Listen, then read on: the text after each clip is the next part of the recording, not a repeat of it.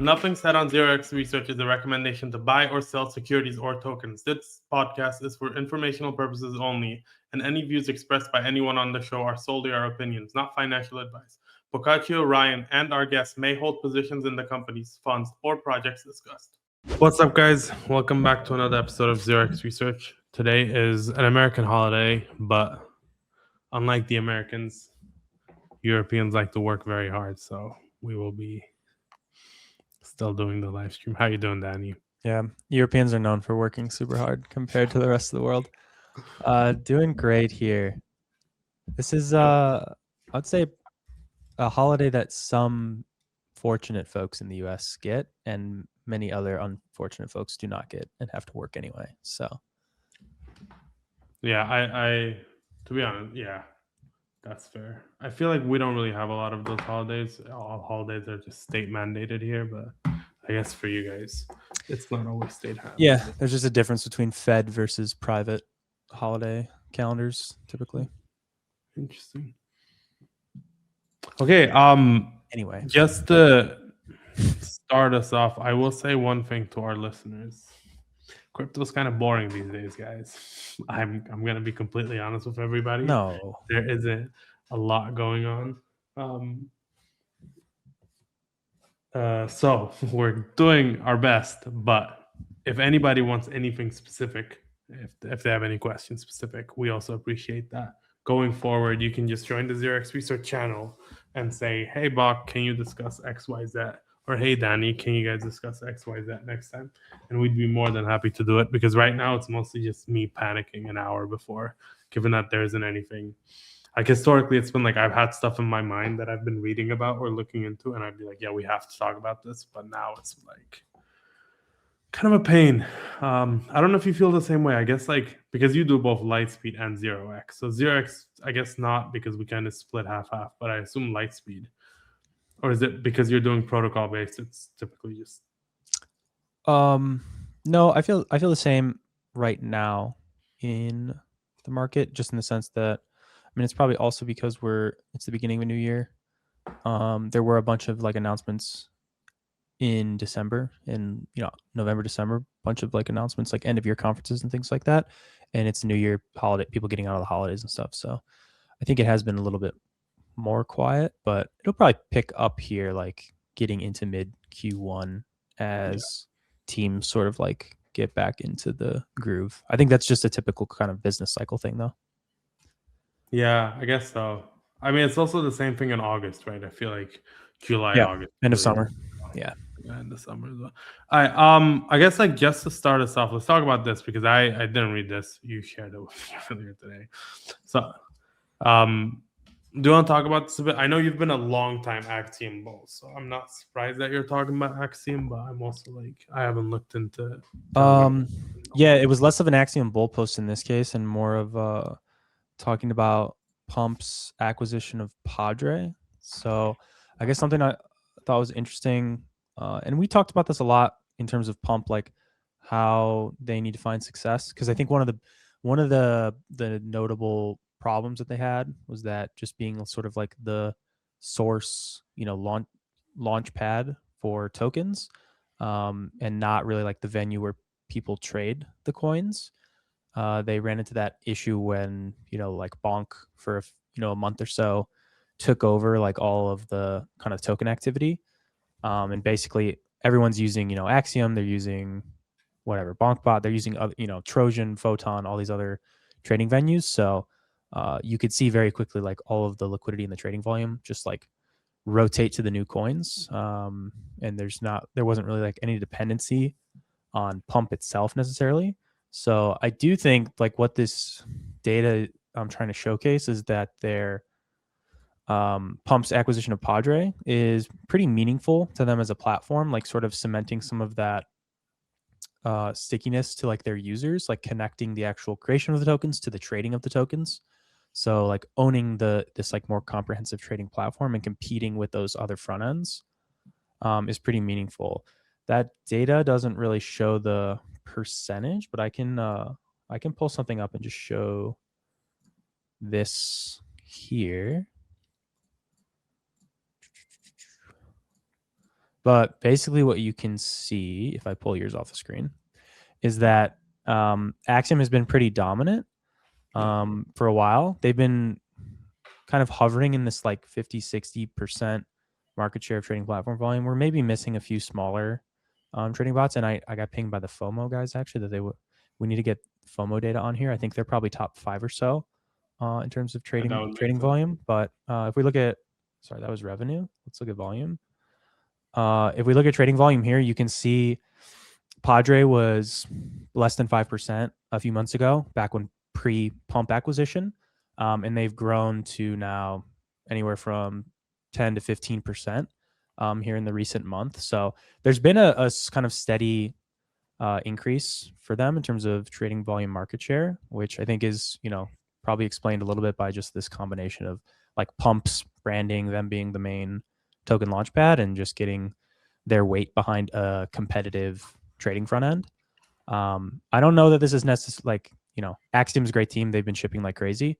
I'm sure they'll continue to do so, but I do think just like for Pump's business, this is pretty meaningful to see that market share and that volume growth up and to the right for now their native trading platform. Yeah, definitely.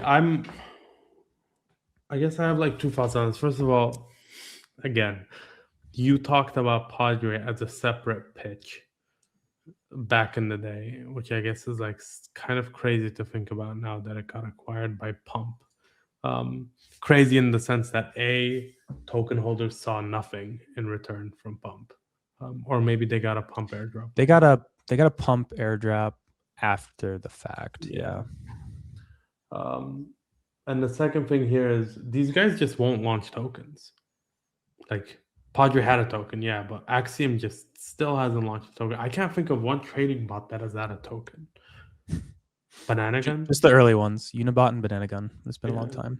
I mean, Trojan. Padre, yeah, outside of Padre had a token, but yeah, Padre, of course they got acquired, and then the whole but like thing. Yeah, functionally, it didn't have a token because everybody just ignored the token. It didn't work out, and yeah. So I don't know. It's like it's one of the most revenue generating things in crypto, and then it just never had a token. Kind of like, I guess one thought here is if maybe the token is used as a tool by companies that can't generate revenue. And then if you are revenue generating, like why should a company go public if it just makes a fuck ton of money in private? Unless it like at some point you need it to scale or something. But crypto companies don't need to scale. They just need to make the developers really good money for 6 months. Yeah. I mean, you can get into the like pessimistic argument that like the only teams that launch tokens are ones that don't see a path to revenue, and therefore the token is the opportunity for them to make some money.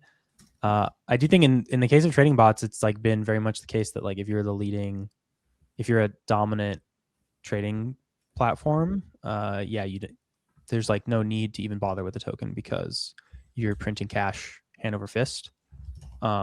We saw all the past, like, who is it? Photon, Bullex, GMGN, like, pick your favorite ones that dominated like all of 2024 and then in the beginning of 2025, like made hundreds of millions of dollars in revenue. Like no ideas of launching a token and like sharing revenue or anything like that. I think, if you make a really successful private startup and you make hundreds of millions of dollars, it's like, and maybe your prospects of like continuing that year over year are not very high. That might be the sort of the disincentive there, right? It's like this is a very like competitive and pretty cyclical and like prone for disruption market, such that like I don't know if you want to make 9 figures, then launch tokens, say you're going to share all the revenue, and then like lose market share for the next, for infinity after that. Like it's just sort of like agreeing to give up all the money you made. So I don't know. Maybe that's sort of we'll have to see whether we kind of get past that.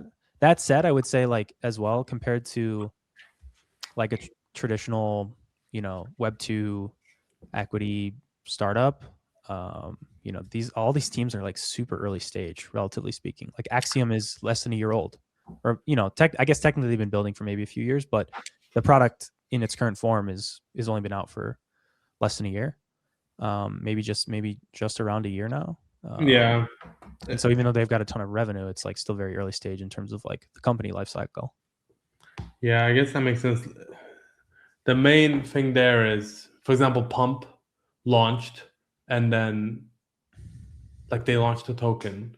They did the ICO before they launched, and then when they went live, there was like a few days. There were a few days there where they bought back using pre-revenues. Like I think they shipped 11 weeks of revenue over a day or so.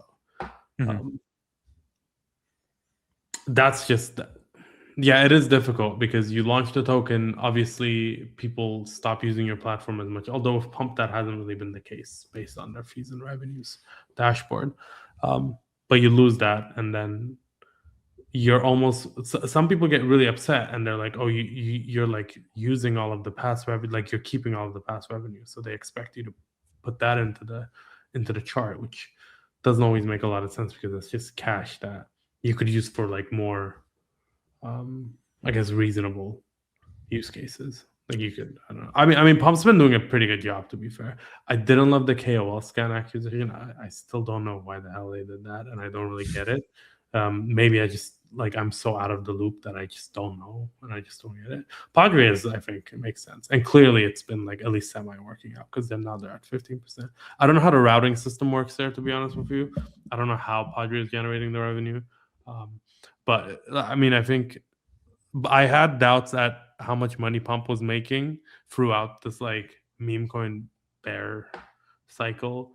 But I think post like the moment that anything picks up a bit of steam, the fact that the Pump revenues immediately go up, and like all of the tokens that I'm being shared into group chats again is Pump, to me makes it seem like they still have this.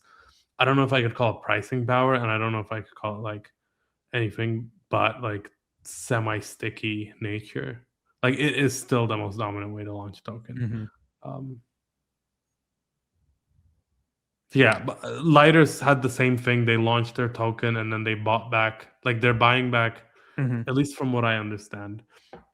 On the DeFi Llama dashboard, it shows like the revenue was 70K for the day, but they bought back 170K. I assume the other 100K comes from a different time. Although they're doing it discretionary, so that might be different. But yeah, it's cool to see that Padre is working out. Do you still use trading terminals when you're going to buy something? No, I don't. I feel like I just use Jupiter now to buy something. Yeah, I've just been a Jupiter guy for a long time. I just think they have a good product. I don't know. I don't know. There's not really much else to say there. And there isn't that much to buy. I feel like the Telegram bot was when you really had to buy a lot. Yeah, I think that really like that niche like targets a really very particular type of user who is like spending all day staring at deck screener or whatever page, you know, tracking new launches and constantly buying and selling out of them. But if you're not doing that, then I find the product is like not really necessary to use if you're just like trying to buy and hold some coins.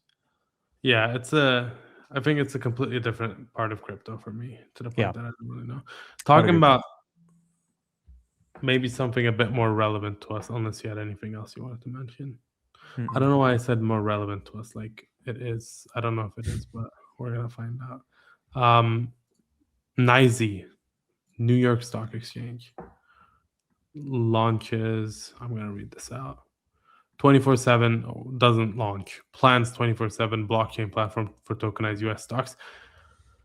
They don't mention any specific blockchains. They said they're going to use multiple blockchains. This is, in my mind, bad for certain things. I feel like the main growth avenue for perps exchanges and centralized exchanges was now equities. Like clearly HIP3 is the next one. No? Disagree? No, Ian says they'll use Hedera. Yeah. HIP3 Lighter obviously has its own like stock token listing process. Centrally, like we saw Binance start offering equity perps. I thought this was going to be like the clear way for them to scale their businesses. I think it's great for blockchains, depending on what blockchain they pick. And we're laughing at the Hedera thing, but I don't know what they'll pick. Like nobody really knows. I assume it won't be Ethereum given that it's relatively slow, but it might be. Like if they might just want the ETH heads might be right, and they might want something trustless and credibly neutral, and that is Ethereum. I don't know how you would post any meaningful number of trades to mainnet though. I would have to imagine they'd have to use a roll up or something. Yeah. Just for the pure volume, like if any meaningful amount of volume of trades were settled on this on-chain environment, like as a subset of sort of the total trading activity that happens today in the markets, then like I think you'd end up overwhelming Ethereum mainnet. Yeah, and I mean this like still needs to become, based on what I'm reading, it still needs SEC approval. Yeah. But it is like this has been. I remember, I think DAS in New York, 2025. This was the big talk of town, and I think it makes a lot of sense. Like There's a lot of discussion here. I know NASDAQ has also announced plans to move to 24/7 trading at some point. Yeah. I think the bigger question is like, yeah, obviously the regulatory approvals, but then also the timeline. Like I don't know how quickly that's going to happen, even in the best case scenario. Is this 3 years out? Is it 2 years out? Is it 5 years out? Like that's pretty unclear. I will say a lot of platforms now, like there's 24/5 trading of a lot of assets. Not every asset, but quite a few, like at least a lot of the larger assets now. So we've kind of been slowly getting there. Yeah. I guess that's a good question. You said you think this is like kind of, there's sort of like a bearish lean here on platforms that are angled towards like equity perps and things like that. Do you think that's because they would just like, there's a positive angle where maybe they mint these assets like to those platforms?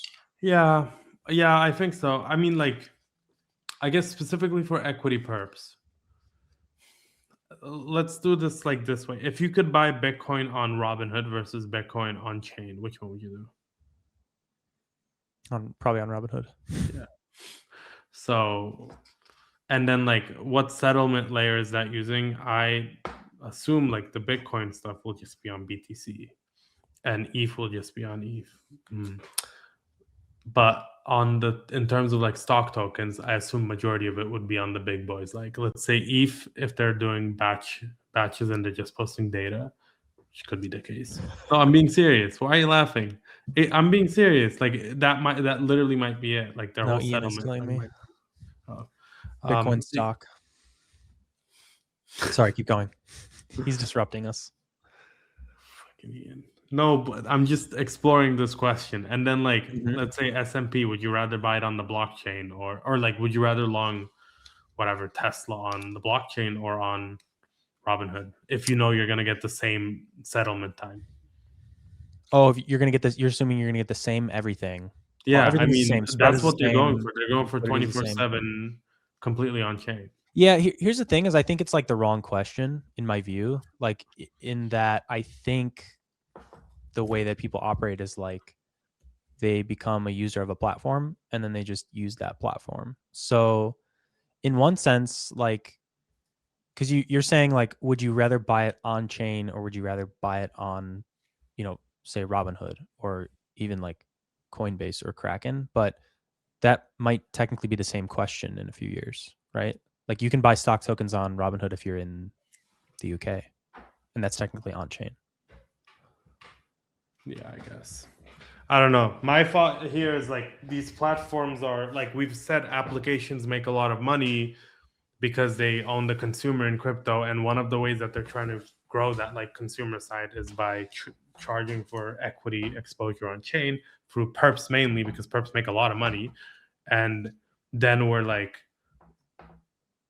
all of the guys underneath are. I guess I'm specifically talking about exchanges: Lighter, Hyperliquid, Binance, Coinbase, Kraken.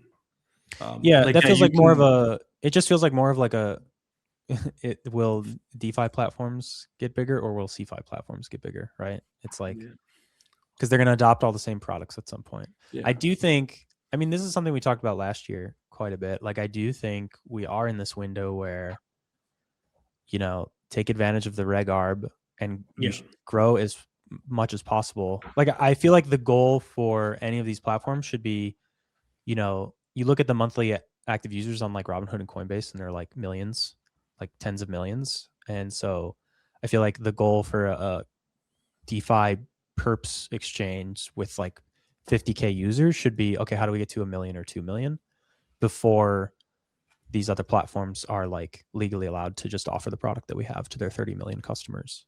Yeah. And if they're not completely focused on growth, then like I think they're just going to get trampled. Yeah. Well, I guess what I was trying to say is right now it's very much like applications own the user and therefore they make a lot of money. But there's in 3-4 years down the line, there's a chance that these trades are being settled on L1s that are served through Robinhood or interactive brokers or whatever your poison is. And then like the Dan Smith thesis of 31 billion transactions at 0.008 might work out as opposed to what like because my thesis was always that if you can charge, I don't know, 14 bips on a trade, that's a lot better than an L1 charging, not based on volume and based on transaction amounts. We'll see. I guess that's what I was trying to get at over there. It's a 4-year thing. It's not. It's definitely. It's minimum a 2-year thing. It's definitely not like a this year thing. I would say the regulation maybe approves it this year. Maybe. I think we're agreeing though, right? Yeah. Like you're saying you're worried about an app getting taken over, like beaten out by a platform. Then like the app just needs to evolve into a platform. It needs to grow into a platform. That's the way to win. Yeah. Yeah. That is the optimistic, happy case. And I think we've had that view, right? Like at least even in DeFi, 2025 was kind of like our key thesis that Blockworks Research was multi-product DeFi is going to win. And like you see that especially so on Solana, where like basically every app is in competition with every other app because they're like the only way to make more money is basically like to just offer a broader platform and add more features. And they're all like the lending products are in competition with some of the swap products, and the swap products are in competition with some of the front ends, and some of those are in competition with some of the platforms and the wallets. Like they're all fighting for to like lock in users. Yeah, and they are doing this. A lot of these platforms and these blockchains are also, I don't know if this is the right word for this, but they're like applicationizing. Like Aave has the Aave Labs app now, not the Aave Labs app, the Aave app. Base has Based app. I think it's still called the Based app. I imagine we'll get more and more of these. Like it's been so dead in crypto, this idea of like an all-encompassing app, and it's just getting more and more. And I think that's like, I think teams are probably slowly Lighter launched their own app. I don't know if they've made enough transactions on it yet to like be mentioned next to the other ones. But I don't know if Jupiter has an app, but like I imagine a lot of these teams are going to become more and more product focused. Jupiter Wallet. Yeah. Phantom, great app. Like I imagine that's like the next step in the evolving. I don't know how like that's a great example too, right? Like the wallets, like Phantom and Rabbit, like they've been turning into like basically mobile exchanges, right? Like they went from wallet to like it's basically Coinbase. Phantom's great as well. I just wish they didn't like kiss your forehead every time you wanted to make a transaction. 40 pips. Yeah, but it's like I think it's functionally the same as if you were a Coinbase. It's like, would you use Coinbase or would you use Phantom? And like the take rates on Phantom are probably a little bit lower. Like they have to cater a little bit more to the on-chain crowd, but still like they want to take a cut. Yeah, maybe a bit too much of a cut. They have some lock-in, so yeah, I don't know. I would love to switch further. I've been using this app called Payy, Payy. I've talked about this before. Doesn't work. Used to work, stopped working. I can't buy anything off it. So if there's like a good, I talked to the plasma guys about it. I think they're supposed to come out at some point this year, but I'm looking for like a good all-encompassing. It just like there's these segments, right? Like I think there is chance for a regulatory arb trading thing. I don't know if it'll be lighter. I don't know if it'll be hyperliquid. I don't know if it'll be Axiom, Phantom, maybe. And then there's like this one other app that's like lending, savings, and earn, etc. That's a cash app also. Like these two to me are very clear that it can work, for especially in like a crypto sense. Still hasn't launched. I don't know. There just isn't any. Like if we're talking about productizing, Phantom's done a decent job, but even that I would say is like a lot more crypto native than it is for mass market. But maybe that's the good thing. Like maybe that's you just want to build around your core consumer base and try to grow within them as opposed to try and reach like random pockets of the market that is probably not that interested in you. I think they're trying to break into it. They just haven't seen the adoption. Like Phantom has their cash stablecoin, but it's got very low usage. Like I think I'd have to check the market cap, but it was less than 100 million when I checked maybe a few weeks ago. Which from 0 to whatever it's at, like if it's 60 or 70 million in market cap, like, you know, maybe that's meaningful if they can kind of slowly grow that and then like take a cut on some of those yields as well. It's like it's another revenue stream for them. But I do think one app that's like quite clean on sort of like the TradFi to crypto or like the sort of bank to on-chain connection is like Squads. Oh, that's a good one. I need to check that out. Ryan Connor was actually posting about it today. There's a few apps like that where it's like they very specifically do like one thing really well, and it's like, you know, cash, bank account cash to like on-chain stable coins, like going between the two, and then like very easily giving you like, you know, earn X% yield on your stable coins via, we're just gonna, you know, put it in a safe pool for you.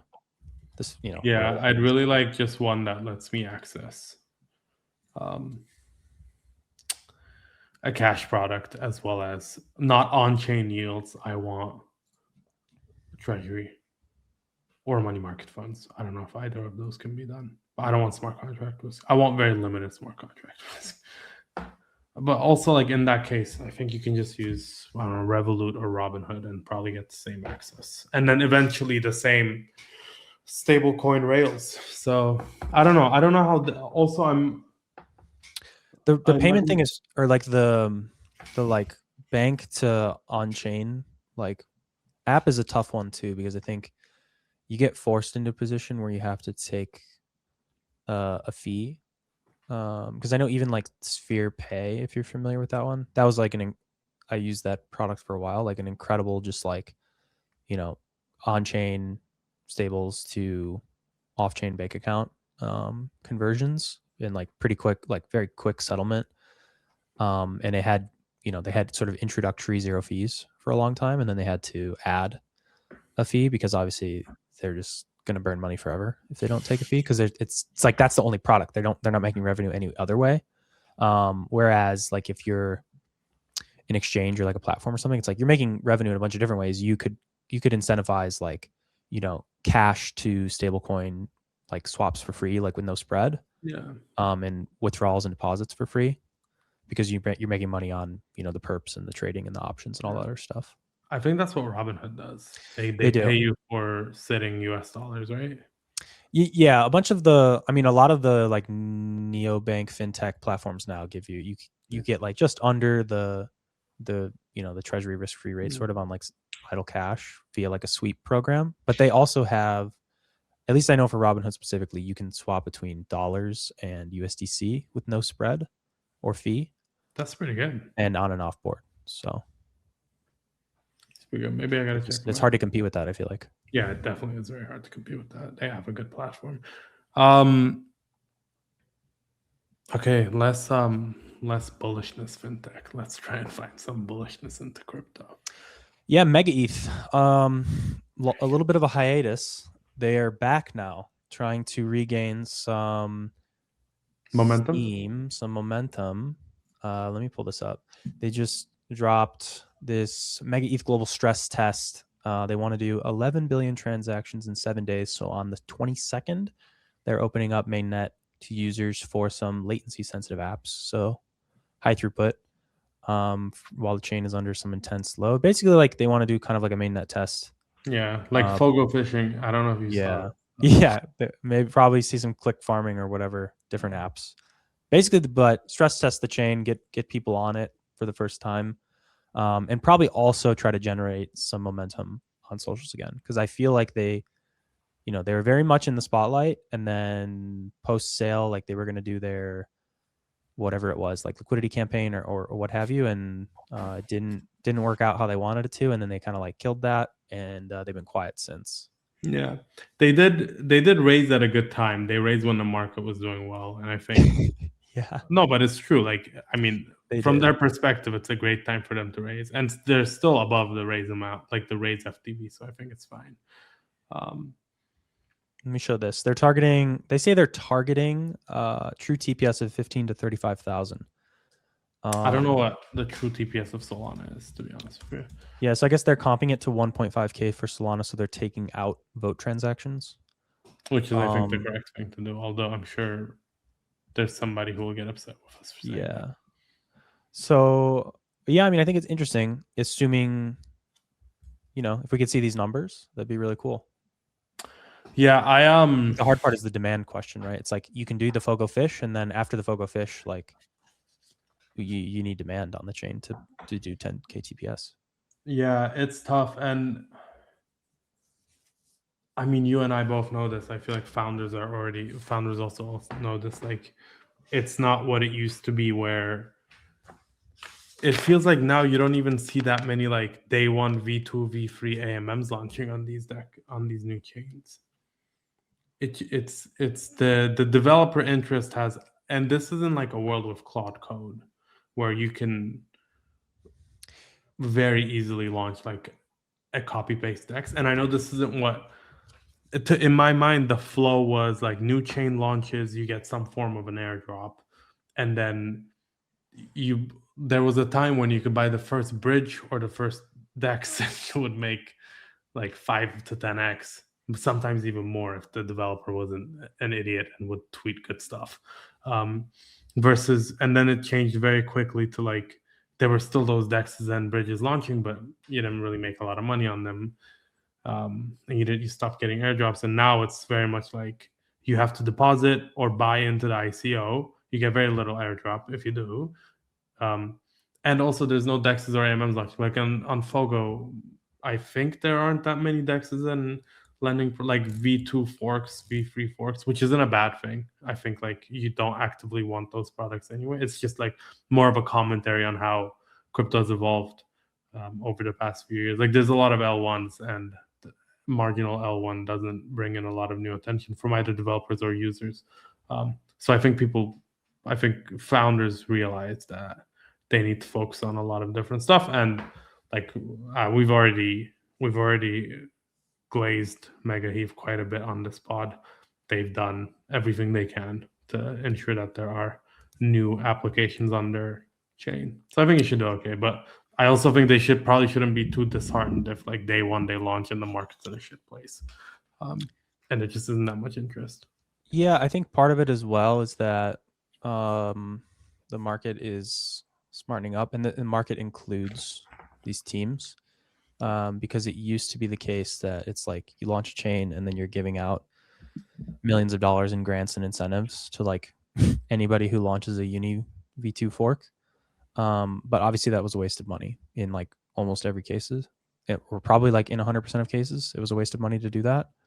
So I don't know. I just think, not to say that all uses of capital in crypto right now are smart, but at least some of the very pointless like burns of cash, we've realized that like we don't need to do some of them every single time, or like make the same mistake over and over again. And certainly like just, you can think of like the 2021, like, AVAX rush or whatever, like we're just going to like throw $100 million into like DeFi teams, and like it'll pump the shit out of all the coins. And then 6 months later, like, everyone, a couple of people walk away with boatloads of money, and like nothing else really changed.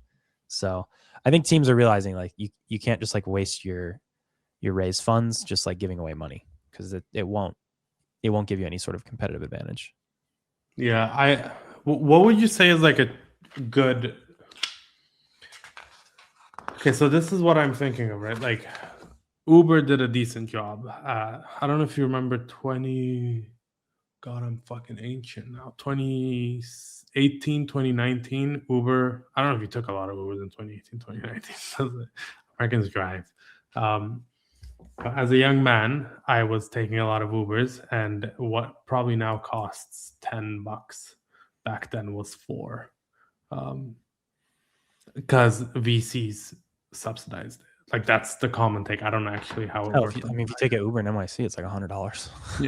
Yeah, and I imagine back then it was a lot cheaper because they subsidized. So that's like, so it's not like unheard of that in crypto use incentives. Now, obviously, a lot of the ones in crypto are kind of wasted and they're not particularly like well placed. But I don't know, like trying to make an attempt at becoming sticky by incentivizing users is not necessarily a wrong idea. I just like, I think we see better application like attempts at it now. Like I think you could look at we were talking about the trading apps earlier, and like you see the loyalty programs and the referral rewards and the kickbacks, and like these are things that are done, components of those are done by TradFi platforms and fintech platforms in different ways. Like, get some cash back for your credit card, get some loyalty rewards, get some referral bonuses for onboarding people to an app. Like they're targeted in a way where it's like, we're trying to grow, and so like we want to incentivize you to like,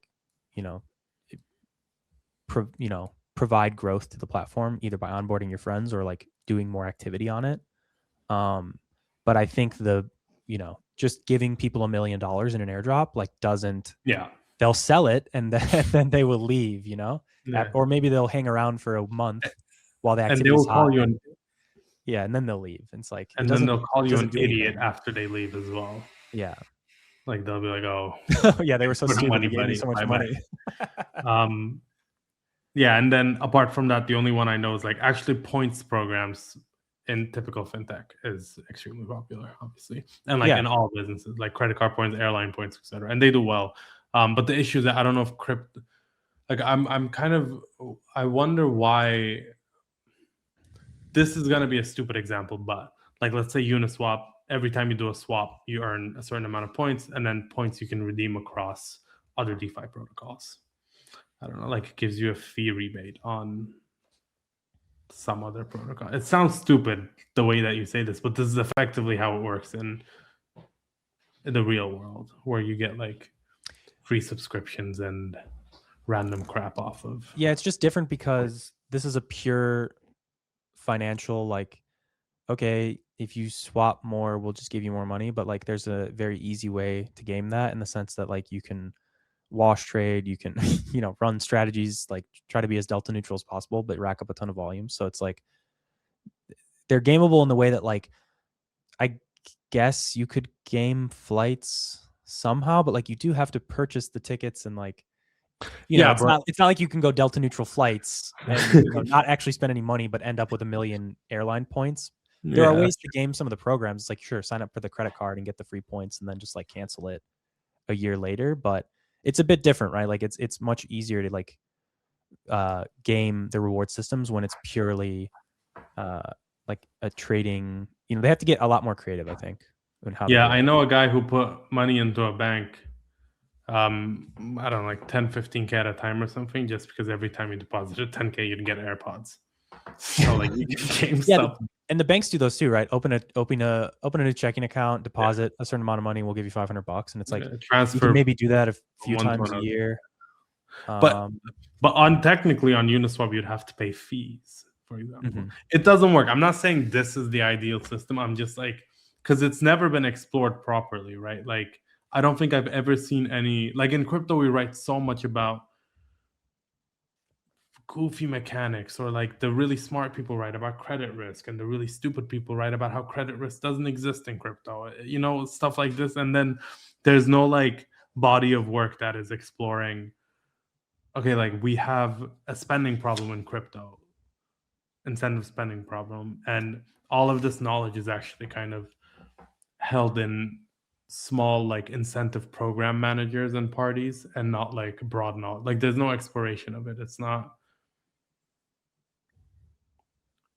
Do you know what I'm trying to say? Like if Yes. crypto is moving to this like more product focused world, then the best hire that you can make is probably an incentives and strategy guy, or like at least like spend some time doing some research on it, as well as like UX UI. But I feel like crypto UX UI is not as bad as it used to be.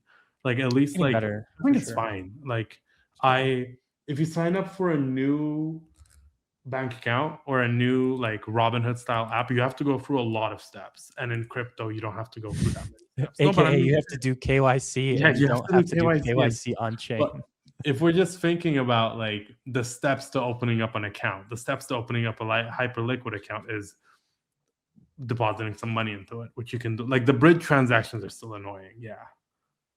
And it's much better to not have bridge transactions. No one's arguing against that. But there's also like annoying stuff in TradFi is what I'm trying to say. Versus so like UX UI is kind of fine. It's different because in the sense that like you have to do the annoying part for crypto earlier. Like you have to do the wallet and the seed phrase and that stuff like separately from using an app. But then when you use an app, you log in with your wallet, and it's not like I don't have to make an account and sign in with the account and like set up 2FA. It's like you just have the wallet. So it's like the process is different, which I think is good in some ways and maybe bad in some other ways. But I do think like I agree with you on the incentive point. Like I think Robinhood is a great example of just talk about like you can think that they're overvalued or that maybe it's scalping retail or whatever, similar to people have bad opinions on Coinbase as well, but I think if you compare the two, like Robinhood is blowing them out of the water, and like the just product offering and like incentives side of things, like I think there are things that we can explore like within crypto that they're employing to like grow assets on the platform, get people trading more, get new users onboarded.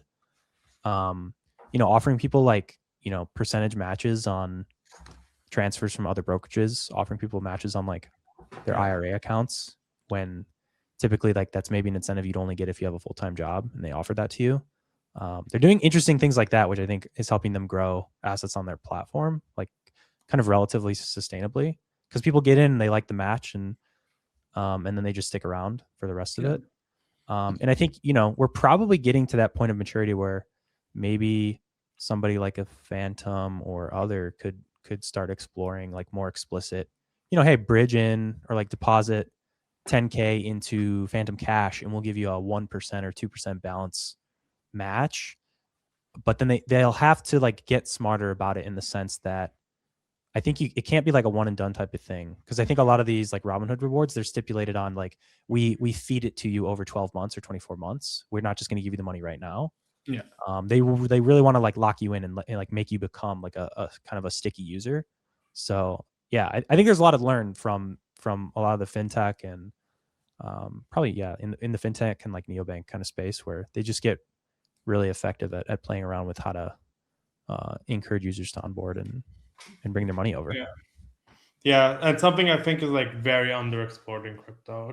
Like the balance matching is a bit difficult because I think like Robinhood has the benefit of you can only create one Robinhood account, right? Like I don't think you can create 15 Robinhood. Yeah, or like it's the non KYC thing is always the part that messes with crypto things, is because it's like, okay, if there's some way for me to make 1,000 wallets and do this, but I guess in the sense of a balance, like in a balance match that's like time locked, it's like, okay, I mean, if whether you have $1 million or $100,000, like it doesn't matter if you make 100 accounts or one account, because it's just a raw, you're going to get a 1% match on your deposit, and you only earn it if you put it there and it stays there for 12 months. So and if you trade with to something, you can give like trading fee rebates based on that or something. Like exactly.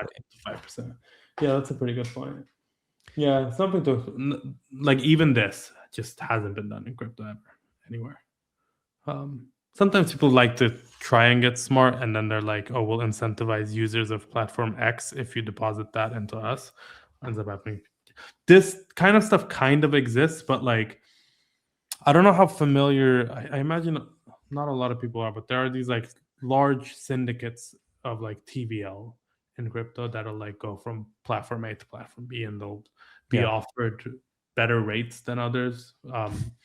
Like let's say you're doing just based off of like T yields back in the day would be like 4%, and then you would also get whatever like 3% in tokens, like a 3% APR in the token of the native protocol that hasn't launched yet.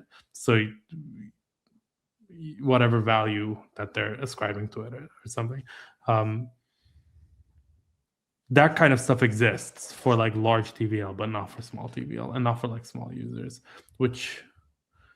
and I think if you're like part of these TVL syndicates and you get offered 7% while like the predominant rate is 4%, and you're taking this, you're probably farming it for 6 months and then saying, yeah, these people are idiots, I'm gone. Yeah. Afterwards. I mean, there's certainly a problem here of like, if you're a non-revenue generating business and then you're trying to figure out how you can incentivize people and that can be like meaningfully accretive to your top line growth, like I think you kind of need to figure out how you make any money in the first place. Yeah. But like certainly if you look at, you know, a Phantom or an Axiom or like, you know, these platforms that are printing a ton on trading volume or I mean that's probably the majority of it, right? On swaps, that's like the key. Swaps are maybe like a cut of yield. Those are maybe the big ones right now. If you're already generating, you know, revenue and maybe even profitable, it's like then you can look at some of these ways to funnel some of that into growth marketing opportunities or incentivization strategies to really like fuel growth. But if you're just the 10th, you know, you're just the 10th platform that's like just raised 200 mil and you're like, how do we burn more money than the other guys? Like, give it to me. Yeah. Give it to us actually. Reach out. Yeah. Give us a call. Last question, because we talked about Phantom a lot and then I think we can end it. Would you buy a Phantom token or a Phantom stock? I know we don't know their financials at all, but like off gut feeling, I guess, which is a great way to make any financial decision. I recall the Phantom privates trading. I'm going to say a number and I'll be wrong now. I don't know, maybe 8 billion buy last year. I think a Phantom equity would be really interesting, if I'm being honest. I don't know that I'm going to go out. I don't know that I'm going to seek out, to buy private, but I think it'd be interesting. A token, I don't think so. Unless the token is the equity. Unless it's an equity token. Give me an equity token, or an equity. Yeah, I would have bought like equity. I don't know about Ape. I would have to look into it, but I think it's one of the few like purely private crypto companies that I would have bought. It's one of the few businesses that like I feel like they've really been year over year compounding their growth, not stopping, been like kind of relentlessly shipping all the right product integrations. There's not been a lot of great examples of that, like multiple years in a row. I think they've really knocked it out of the park. We'll see what 2026 has in store, but I mean, past like 3 years have been very positive for Phantom, is what I would say. I wonder if they get paid for blockchain integrations. Something to ask them if I ever get to like new chains. Because they're very selective, and I don't know if integrations. Yeah, I think they've done all of the right ones for what it's worth. Like I think their selections have been great. I think you can only have Phantom on your phone or on your laptop and survive, which I think is like you can. Yeah, you haven't been able to say that for any other wallet. They have Hyperliquid. They have Base natively, right? Yeah. ETH. Okay. They have Polygon. Yeah, they've knocked it out of the park. They have native Bitcoin as well. Yeah, Bitcoin, ETH, Solana, Base, Hyperliquid. You need one wallet and it's bad. But that's everything. That's everything meaningful right now in crypto. Yeah. So yeah, I think they've knocked that out of the park. I don't know whether they do get paid. Maybe some of them.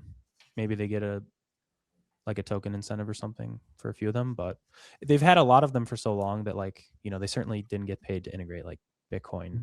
or ETH. They raised money to be a Solana wallet. So like, I guess in a way, but I don't think they would have gotten paid. If anybody has any information on their financials, let me know. I want to look into them. They have Monad and they have Sui.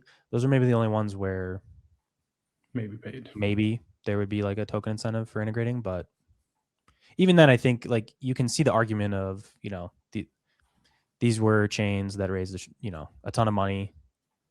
So an integration, you know, maybe it makes sense. Yeah. Yeah. That makes sense. All right. Danny, always a pleasure. Thank you for taking the time to chat with me on your holiday. Hey, anytime. It's snowing outside, so it's a blizzard. That's nice. So I'm not going anywhere today. That's good. Okay. And to our listeners, thank you all very much for joining us. We have an interview with Sid and Merlin Maple? from Morpho and Morpho? Maple. Oh, Well, both. Wow. Yeah. With Anastasia, who's part of our Blockworks advisory team. We're going to talk about DeFi credit risk, which is a bit above my pay grade, but I'm going to be there and I'm going to try and understand stuff. And then that's it. And then we have another pod coming out as well, but I don't know if I can share too much about that one yet. Yeah. So basically, there was a reason that Bach said there's some smart people who research DeFi credit risk, and there's other stupid people who say it doesn't mean anything. Yeah, so and I'm the stupid. Anastasia is one of the smart people, so yeah, she'll come. So it'll be fun. I think that should air next Monday. So we're all looking forward to that. But like I said at the beginning, if there's anything specific that you guys want, crypto's just kind of like everybody who's listening to this pod knows this. Crypto goes through these periods where there's 4 or 5 things you want to talk about max over like 3 weeks. And to be honest with you, it's tough to run a podcast with that. So if you're not part of the 0x Research chat, join it and then give me ideas. I might not use them, just to let you know, but I also might use them. Yeah, get in the 0x Research Telegram. Actually titled 0x Research Not a C Corp right now. Another great work of art from Ian and River. But yeah, get in there. It's like a family. We're always chatting everything happening in the crypto markets and other markets at times. Yeah. Sometimes we like to LARP. Increasingly more other markets. But well, when the other markets go up and the crypto ones go down, people have a preference to talk about the things going up. But hop in there, chat with us. Shout out if you've got topics that you want to hear discussed or for us to dig into, and we will. Peace. All right. See you guys.